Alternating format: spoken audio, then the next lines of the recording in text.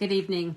I'm Rita Wilkins, also known as the Downsizing Designer. Tonight, we have a topic that a lot of people are asking me about, and it's how to help declutter your parents' home before they die.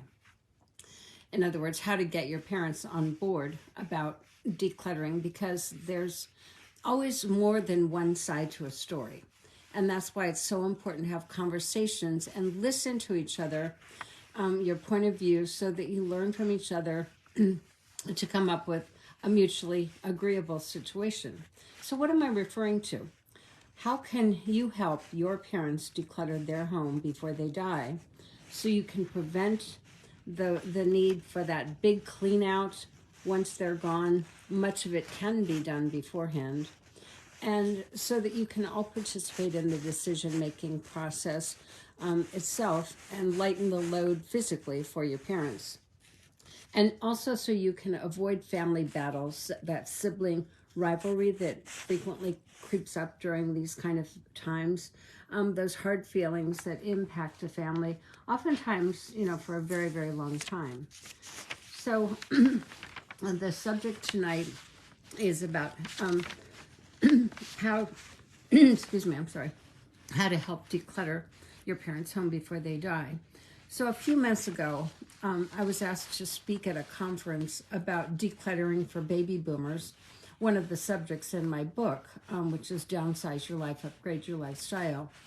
And after I spoke, and during the book signing, I had two separate conversations that made me realize how painful in this particular subject is for both parties, both the adult children as well as the aging parents, and that this hot topic not only needs to be addressed, but solutions need to be offered.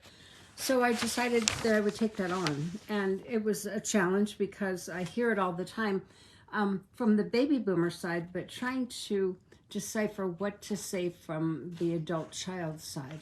So the first conversation was from a mid-30s young man. He approached me and said, every time I bring up the subject of decluttering and downsizing, my parents just have a fit. They get extremely defensive, and it usually escalates into a big argument. So he said that they outright refused to even talk about the subject, even though he told them over and over again that I'm willing to help you with that entire process. So he was hurt, he was frustrated, because he really wants to help them with that huge task while they're still alive and able to help with the decision making themselves. But they just wouldn't listen. So that's conversation number one, and that's from this 30-year-old young man. Now, conversation number two, which is a little more typical of what I would hear, is from a baby boomer retired couple at that same conference. The baby boomer retired couple told me that they know they need to declutter and ultimately downsize, but they're overwhelmed with the process, physically and emotionally, and because they have a lifetime of possessions, and they just wish that their kids would offer to help out, with that when the topic comes up. But typically what they said is that they just show little or no interest because they're so busy with their own lives. Certainly understood, and certainly from a baby boomer's point of view, it's understandable that they might be hurt. So the couple was frustrated, they were disappointed, and quietly they were annoyed because they knew once they're gone, much of the stuff that they have treasured and valued and collected over all those years would maybe go into a dumpster with little or no regard for what they wanted. So they also were concerned that there would be family disputes among their children, so they wish that they could find a way to work together while they're still healthy and able to make decisions about their own things. But as they said, the kids just don't care. So two different conversations, two sides of the story, same problem. How to help parents declutter their home before they die. So avoiding the conversation altogether is obviously a mistake because it just doesn't work. And the reality is your parents will die, as we will, and there will be a lot to do to clean out their home when they're gone. so no one likes to discuss it, but avoiding the subject and postponing the conversation will only make matters worse when that time comes. So how do you get your parents on board to discuss it?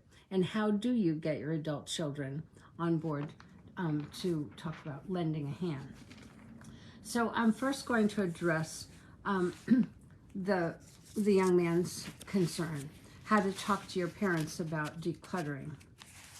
So for sure, the topic of decluttering your parents' home can be a very touchy subject, but if it's handled properly, compassionately, and respectfully, even the parents who right now are refusing to see clutter as even an issue can begin to maybe see the light, that there comes a time when they need to face it head on, and just deal with it. So when broaching the subject with your parents, in order to have a productive conversation, avoid confrontation at all costs, because it'll just make them resist further. They're human and so are we. So number one, invite them to tell their stories. So when you're over at their house, and many of you right now may be going through this, so I'm kind of glad that you're on, because I hope that this conversation is helpful to you. But invite them to tell the stories about the meaningful pieces in their home. And sometimes you could just be sitting there having a glass of wine or having dinner and just say, Mom, where did you get that piece? And, who had it before? And just find out what's meaningful to them. So it's kind of a soft way to enter the conversation, and let them know that you'd really like to know more about the family pieces and maybe get to know a little bit more about the actual family history. So during that conversation, I'll find out and ask if there are certain things that they wish that they could gift to their family, friends, or other people, or maybe donate. So it's kind of opening the door to the conversation of decluttering. So then the second thing to do would be to share your own stories about gifting, donating, and decluttering. So maybe you can talk about how you gave away your kitchen table because when you lived in a big home, now you live in a smaller home, your big kitchen table wouldn't fit. So maybe you gave it to your housekeeper when you downsized. And how did that make you feel? Obviously happy to know that there's a loving family sitting around that kitchen table right now. And then other things that you may want to share would be how that led to you donating things that you no longer needed or wanted or decluttered. And so this can lead to the conversation about decluttering. And then the third thing that it might bring up is how you'd be glad to help them declutter and dispose of the things that they no longer want, need, or use. So that particular idea of them having your parents share first what's meaningful to them, secondly, you sharing your own story about gifting or donating and decluttering may open the door to conversation.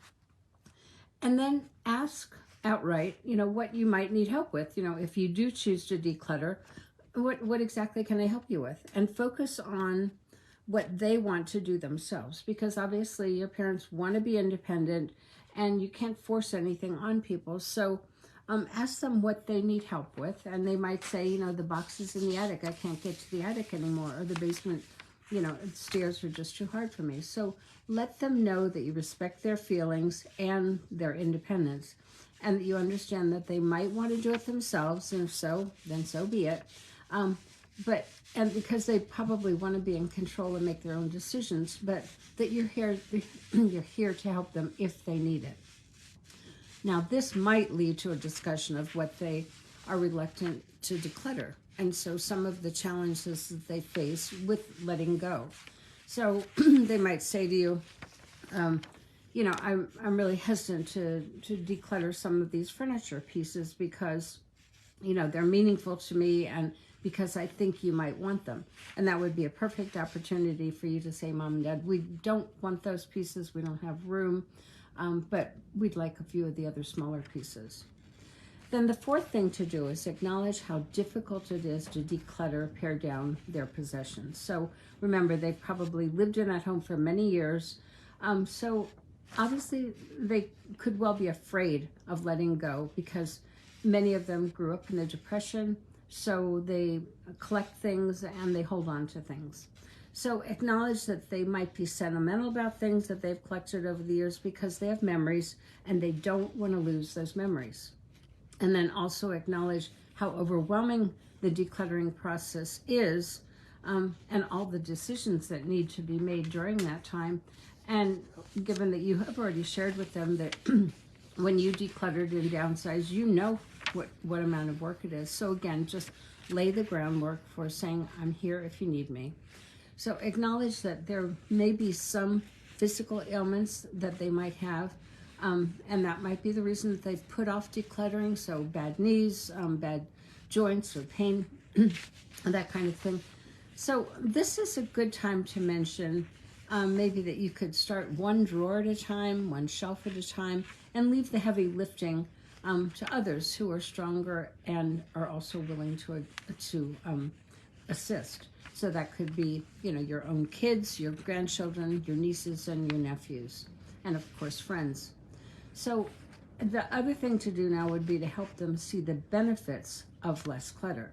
So obviously, and if they are talking to you about having a hard time finding things, you could say, Mom and Dad, if you decluttered, it might be easier for you to find things. You'll have less and you'll be able to organize it differently. Number two, and you might express this as a real concern, you're concerned for their safety. So with less stuff hanging around, there'll be less risk for tripping and falling.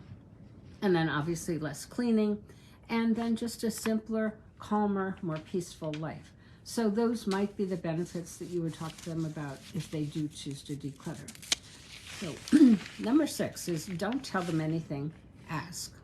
So one of the reasons that they may be resistant to decluttering their home in the first place is they don't like to be told what to do.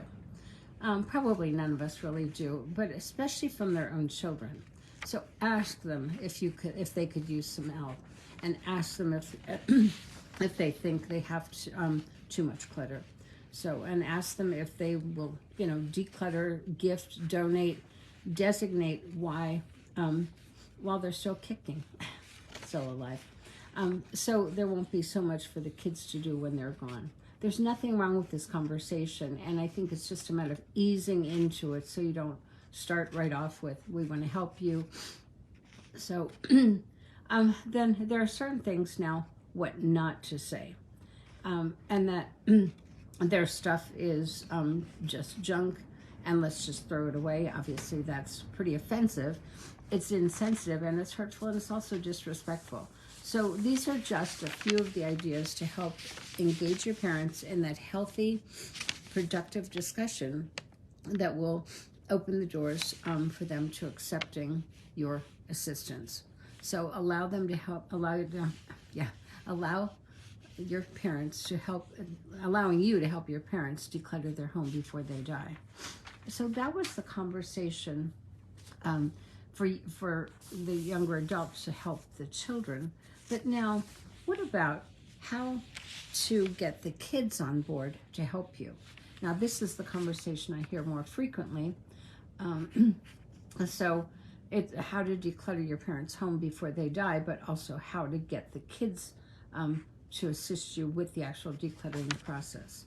So while it's entirely possible that your parents who don't want to talk about it, decluttering their home with their adult kids, but it's also possible that the adult kids don't want to talk about it either.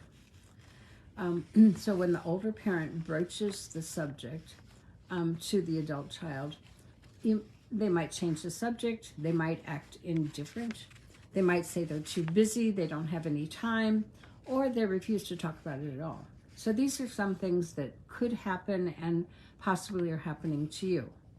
And yes, it is a touchy subject, and one is like that elephant in the room.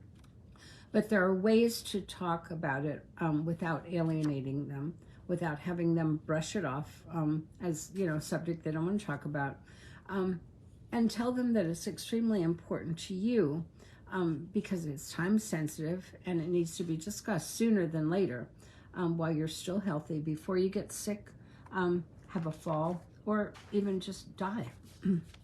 So this is kind of an example of a conversation that you might have to get your kids on board to help you declutter your home. So you might invite them to your home for dinner, and that would be all of the kids at the same time. So sometimes it's a holiday.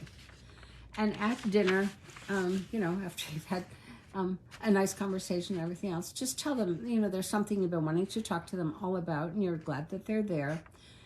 Then tell them that you have decided already to declutter and perhaps downsize this year, that the time has come, that you're getting older, and the house is too big, it's too expensive, and it's weighing you down. And you want to downsize and have that simpler life, and you'd rather do it sooner than later. And also bring up the fact that, this is a daunting task. You have a big house, a lot of stuff collected over many years. You don't want to burden them when you die with that big clean out.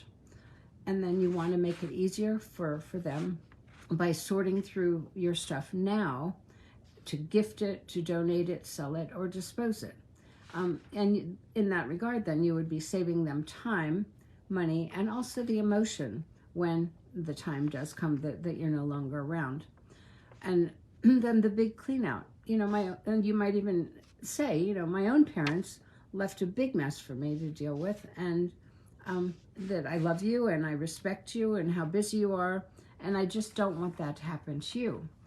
And you might even say at the same dinner that you've established a 1-year timeline.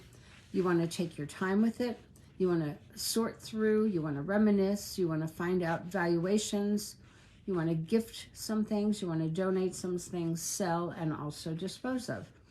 And that at that time, you could actually open the door to say, I welcome that you would be part of this journey with me.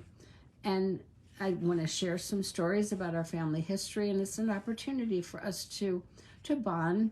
It's an opportunity for you to ask questions that you might have wanted to ask for many years and you just never have. So the first thing, it's an opportunity. And then it's also an opportunity for them to walk through with you and say the pieces that they want, whether they're big or small, and also the pieces that they don't want. So, and it's okay for them to say that. So not to be offended that likely they're not going to want a lot of the big things. They might want some of the small things. And knowing what you want and what they want and don't want gives you the freedom to let it go. So you might have been holding on to something because you thought that they wanted it, and then they're telling you, no, Mom, I don't want that. So acknowledge that you probably don't want much. They don't want much. That because they don't have room for it, it may not be their taste, but they're welcome to take any pieces that are meaningful to them, as long as you're decluttering those particular pieces. So if you've tried to do some, and you might even mention them that you've tried to do some of this decluttering by yourself, but you're having difficulty because physically it's just way too much. So you realized you need help, and right there at that dinner table, ask if you'll be able to help me, even on a small level, a little bit at a time. It's over the course of a year. I know you're busy, and I respect that, but I would welcome as much help as you can give me. And then just tell them that you'll take care of all the coordination. You'll put together the plan, the step-by-step. It'll be room by room, and there'll be a timeline. So just then ask them, what do you think? Are you on board? So these are two examples of dilemmas that baby boomers and their adult children are facing right now. I do hope that this has been helpful to you. And as always, I welcome your feedback and also your ideas for future topics in Facebook Lives.